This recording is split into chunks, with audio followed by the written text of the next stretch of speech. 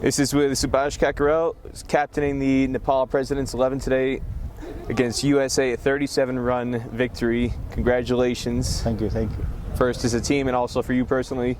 Unbeaten 52. Yeah. You have a great liking to play against USA. You've done it so consistently over the years whenever you've come up against them. What is it about playing against USA that brings out the best in you? I think the US is a lucky team for me. Everywhere, wherever I play, every time I score runs against them. Basically, it's the mindset and the confidence behind my runs. Those runs always give confidence to bat against USA. And today's match, I think the wicket was not good for cricket batting. My job was to just end one, just stay in the one end and hold the inning. That's what I did and scored a few runs. The one thing I noticed from looking at the outside, you seemed to be a lot more patient than a lot of other players.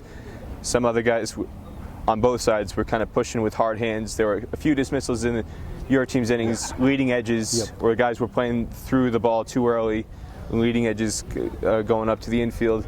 You seemed to play quite late and with a lot softer hands than pretty much anybody on both sides. What was it about the pitch when you were looking at it that allowed you to adjust your technique to make those successful adjustments to allow you to score? Basically, I thought the wicket was very slow, on the slower side, and it was like wet in the morning session. My plan was just to get the balls rather than hit the ball. Some few guys from top order, they just hit the ball. Basically, what we do in this kind of wickets, let the ball comes to you and you hit the ball. Okay, and that's what I was planning in the wicket, and that's how I got success. I was resetting my shot because you need to evaluate the wicket, which are the scoring places in this ground, in this kind of wicket. So that's what I was planning, and I was resetting my shot, and just those square of the wickets I wanted to play there, and I played there. You looked like you may have had a slice of luck too in the first couple overs. It looked like there was an edge. And from my vantage point, it looked like it carried. Yeah. From where you were looking, when you edged it and you looked back, did it look like it had carried to you, that ball that went through the keeper to go to the boundary? Well, I thought those balls were like cutters, and I was that's what adjustment I did. Initially, I was also hitting, I wanted to hit the ball slightly behind. That's what I adjust, and that's because of those adjustment. In the later on the inning, I was hitting in the square of the wickets. But that edge, when you were on one, it didn't carry it. It did carry. It didn't carry it. Yeah. Did or did not? It didn't carry it. Did not. It did not carry it. Okay. One thing I noticed though, looking at the USA keeper, compared to you obviously didn't have to do it because you were standing up to the stumps, keeping to spinners basically the entire match.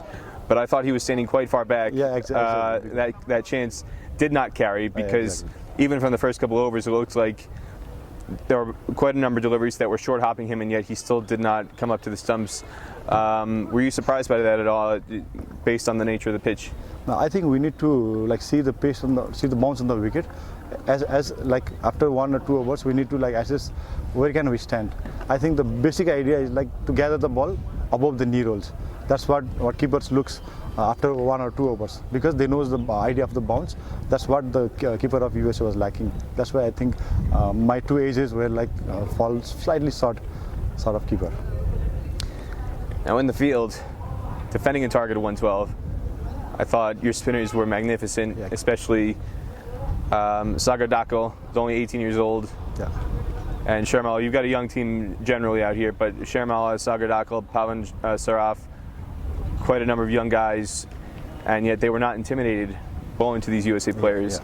Yeah. What was it that you saw from behind the stumps in terms of these players, a lot of them who were young, but in spite of the lack of experience or their youth, they didn't seem to be intimidated at all? What stood out to you about the way they approached bowling to USA? In the half, I thought the wicket was slightly getting better.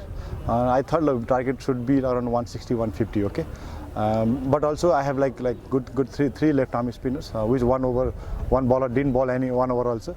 I thought they ball in the right speed. And those areas, there was many rough patches where, I think they ball few unplayable balls. That's how their main batsmen got out, and that's where they were in the back foot. I thought a few batsmen, they slightly pushed the balls in this wicket you cannot push the balls. That's why they were caught behind. What do you foresee in terms of, I guess, how would you project the tri-series to go in terms of who you see as the favorite based on your knowledge of Nepal and what you've seen today from USA and past experience with USA and Oman? I think obviously Nepal will be the favorite because playing in home ground, they knows the wicket a lot more better than any other teams. But on the other side, USA and Oman, they are playing really well in the past 6 months. I think they are the top teams in this league till now. I hope the wicket will be good, better than this, where every batsman can play their shots. Hopefully, I will predict Nepal will win. Hopefully, Nepal will win every 4 matches.